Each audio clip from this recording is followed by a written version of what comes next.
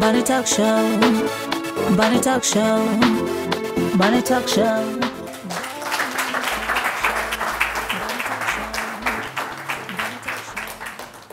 Sasa mbona unampita mwenyeji wako? Imehusu nini kumpita mwenyeji wako? Sijapita. Vipi yale? Poa, mambo? Safi sio. Marhaba, mzima? Alhamdulillah, Mwenyezi Mungu anisaidie. Karibu ukae. Asante. Mambo? Niko poa kabisa. Uko poa? Jina lako kamili nani? Mimi najua kama Chiba, Hebu niambie jina lako kamili nani na hili Chiba limetokea wapi? Kwa jina naitwa Karim Selemani. Karim Selemani. Umetokea, yani kwa nini Chiba? Kwa nini umeitwa Chiba? Nimeitwa Chiba kutokana kwamba ndugu zangu wa Moto Bendi walitunga nyimbo. Yaani waliniona Mtwara ilikuwa Lindi pale mkoa. Kaja wakafanya show pale. Nikafanya mambo yangu pale ya kweli, wakaelewa. Basi Aslay alivyokuja alivyolidaa. Kaambia na mkubwa atunge nyimbo. Nashukuru Mwenyezi Mungu, ndugu yangu aniingizia kipande. Kipande Chiba cha Magongo. Kwa hiyo ashaniona tukia kule mkoa. Kwa hiyo nataka kuniambia hili Chiba limetokea Moto Bendi. Limetokea Moto Bendi? Moto Bendi limetokea. Okay. Hebu tuambie umetokea kusini mwa Tanzania, mkoa gani? Lindi. Mkoa wewe ni mtu wa Lindi. Kwenye familia yenu mko watoto wangapi? Sisi tuko watoto watatu. Na wewe wangapi? Mimi ndio niko wa kwanza. Mara nyingi watu wa mikoani huwa wana ndoto za kuja da. Wewe kwa upande wako, ulikuwa na ndoto hiyo pia? Sikuwa na ndoto hiyo. Ila yani kwa ndoto niliyofikiria mwenyewe haikuwa hivyo. Ila sema Mwenyezi Mungu ndo kajalia ndo imekuwa hivyo. Nadhani kwa history mbili tatu ambazo nimepitia kuhusu wewe, ulipata ajali ya mguu. Hebu tuambie ilikuwaje? Sio kilema ambacho umezaliwa nacho hicho. Hebu tuambie ilikuwaje? Bwana, jinsi ilivyokawa kama mimi nilikuwa natoka nyumbani naenda zangu kwa washikaji tu malevo la bora enda kwa pale. Nikifanya kama na wasalimia. Mwaka gani huo? Sasa inakaa miaka ilikuwa 2006 kitu kama hicho. 2006. Basi ikawa nimeenda kwa pale. Baada ya kwa pale kasema kwa njia online zangu gereji. Mungu si Asmani. Hani natakaribia kutoka ile. Chuma ndo limetoka hivi. Nikifanya kama nimekaa hapa, chuma linatokea huko gari. Likaja likakosea njia likalalua. Ni gari gani? Gari dogo tu. Ilikuwa ni kitaksi kidogo. Na aliyesababisha hiyo ajali alikimbia au alikusaidia? Hamna, alikuwepo. Maskini. Pole. Asante, nashukuru. Pole. Mguu ulikatwa kwa sababu gani? Uliharibika au hakukuwa na wataalamu wa kutosha ndio ikapelekea wewe kukata mguu? Hamna, ni kwamba mguu yani ulifika stage wake mishipa ya damu ilikuwa imekatika. Yani makini nilifunga kopa, walinifunga kopa. Kusema mguu yani umesigana tu kidogo hivi. Kwa hapo utaalamu wake kufunga kopa. Kwa kopa likaja likafungwa, kwa mishipa ya damu ilikuwa inafanyaje? Imekatika.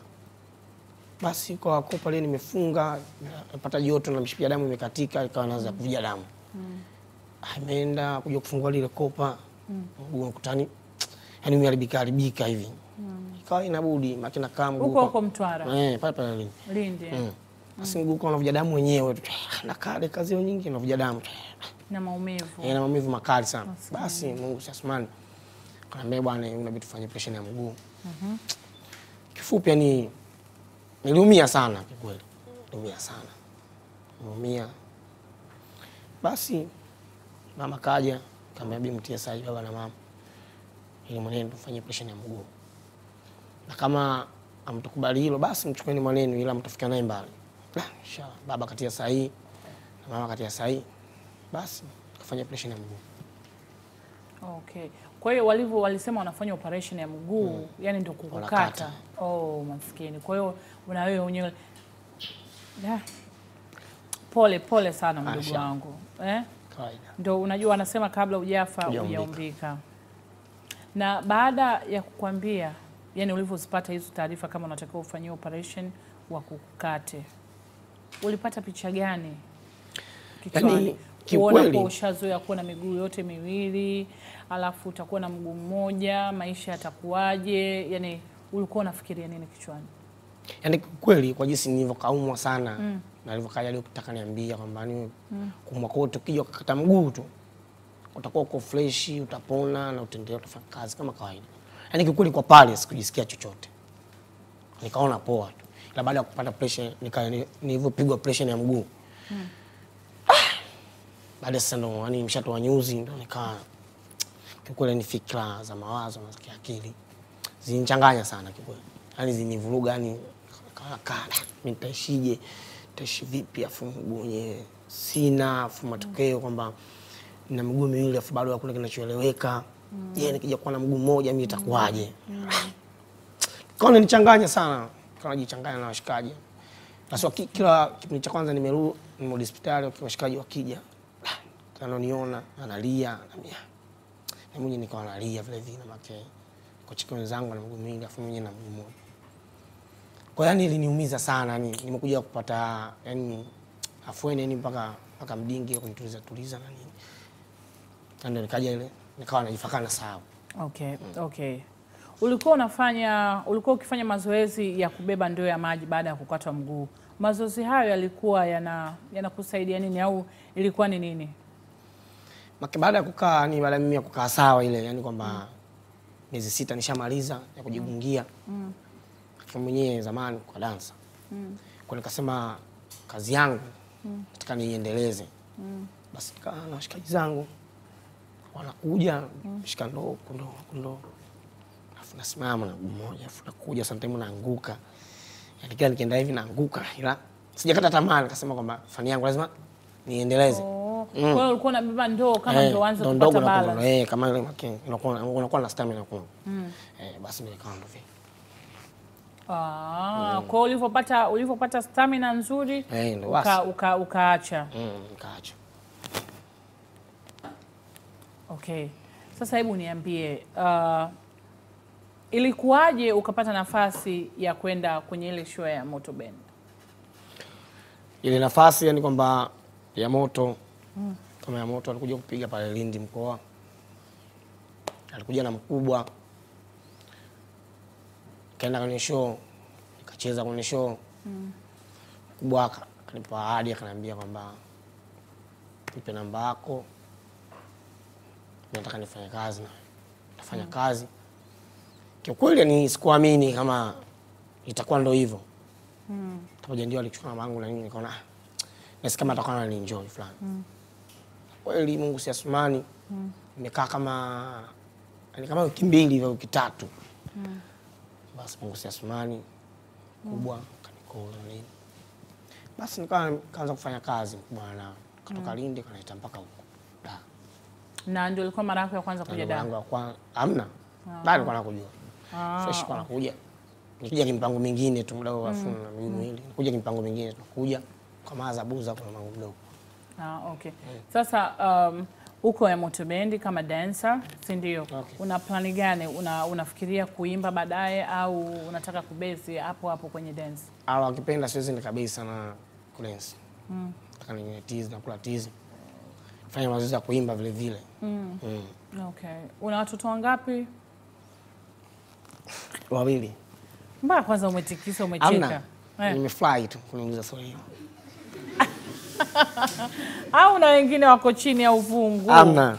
Sina wengine. Una watoto wangapi? Na watoto 2. Chiba, una watoto wangapi? 2 nao. Nani na nani? Naila na Zawa. Wako wapi? Wako Lindi. Wote mama mmoja? Hamna, mama tofauti. Na nani? Moze. Kwa nini inakuwa hivyo? Hamna, nategemea na mazingira. Kama nikisema kwamba nategemea na mazingira. Kama mama wa kwanza nimezaa naye muda huo. Yuko shule. Yaani kumaliza shule tu ile. Unajaribu kibaba. Kibaba sasa. Sema nikatokea dharura. Ikatokea dharura. Na nini ilikuwa dharura? Kama dharura tu.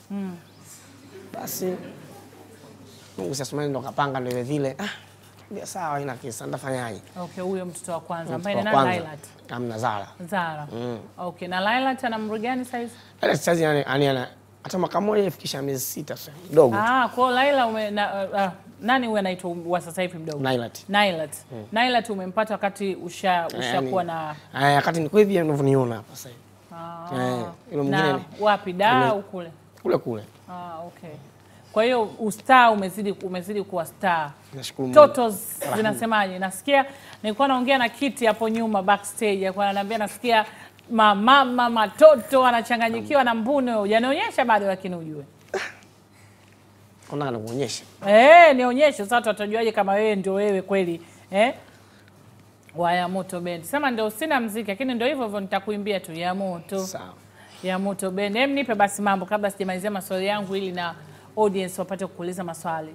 Nipe mambo. Jiachie katika Temboni Show bana. Nasema no.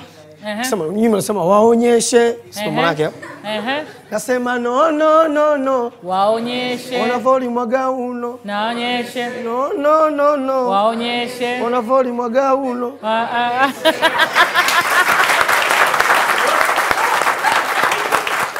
Maisha kabla ya tatizo ambalo limekupata na ya zamani, yapi unaona ni matamu? Sasa hivi matamu sana.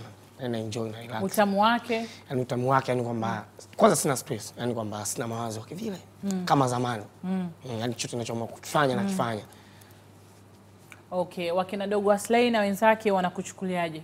Nashukuru Mungu yani kwamba yani wale wote ninavyoishi nao na tuko pamoja. Yani tunaishi yani ukituona kama tumetoka tumbo moja yani tunavyoishi pale. Yani tunapendana kiukweli, yani tunapendana sana. Yani lake langu lake. Ndio tunavyoishi pale. Na una muda gani sasa hivi tangu umeungana na Yamoto Band? Yes, kama na miezi kama 4 au 5. Okay, miezi 4 5. Okay. Hebu niambie Chiba, ungependa labda siku moja uwe kama nani na kwa nini? Yaani kiukweli ningependa kama niwe ndugu yangu Aslay. Okay. Kwa nini? Kwa nini? Amna ani Aslay. Ani nikisema Aslay ni mtu mzuri sana. Aslay ana roho mzuri sana yule ndugu yangu. Yaani nampenda sana Aslay. Kweli kweli. Na Aslay si ndio kiongozi? Ndio kiongozi. Lazima awapende kwa sababu kiongozi bora ni ule ambaye anaonyesha mfano mzuri kwa wafuasi wake. Kwa hiyo Aslay kametulia, sema naye matata watoto wanawasumbua sana, inakuwa ni kwa nini lakini? Amna. Hayo ni maneno tu. Wewe Chiba nikuulize kitu moja, wakati enzi hizo uko Mtwara na sasa hivi ni sawa? Sasa. Sasa hivi si star ukifika huko Mtwara wewe. Watu wanasimamisha magari yao barabarani wanataka kukupa mkono. Ndio sawa ndio hivyo lakini. Okay, Chiba, hebu waambie wale ambao wana tatizo kama lako na hawataki kujishughulisha, wanasubiri tu kupewa. Sijui unawaambia nini? Nasema ndani niwaambie kitu kimoja kwamba kupata kwa kilema si ndo mwisho wa safari. Safari bado inakuwa inaendelea tu. Na sikufanye mpaka wewe unakuwa unaomba unafanyaje. Unaweza kujituma. Mimi naweza kusema kwamba nashukuru kwamba ani mlemavu kama mlemavu ukifanya jambo jamii inakuwa na kuangalia na inakupa support kubwa sana. Maki mimi kama mimi sikutegemea kama nitafikia hivi. Na nashukuru kwamba jamii inaniangalia na inanipa support sana.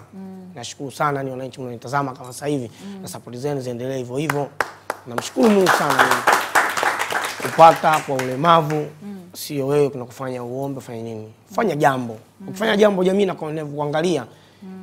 Inakuangalia jamii yani kwamba yani kuna vitu fulani unajisikiaga sio na mguu mmoja na nini afanye kitu kama hiki. Bado support kubwa na wanakuja wanakuinua.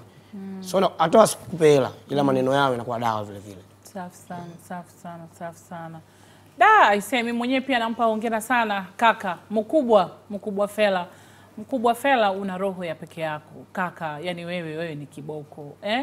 Unajua kuinua mtu kutoka sehemu moja kumpeleka sehemu nyingine sio mchezo.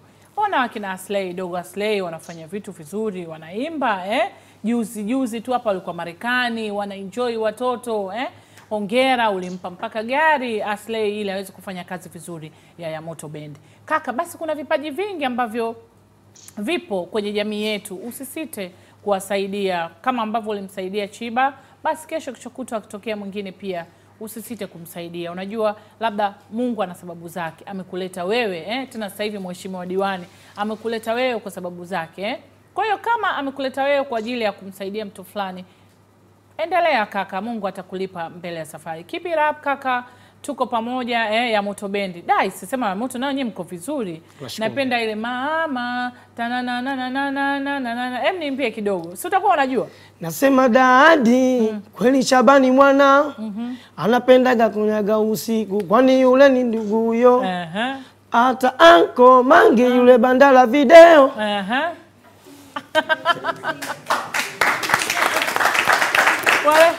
Wale watoto wana mambo, lakini mimi nashangaa mtoto mdogo anajuaje hayo mambo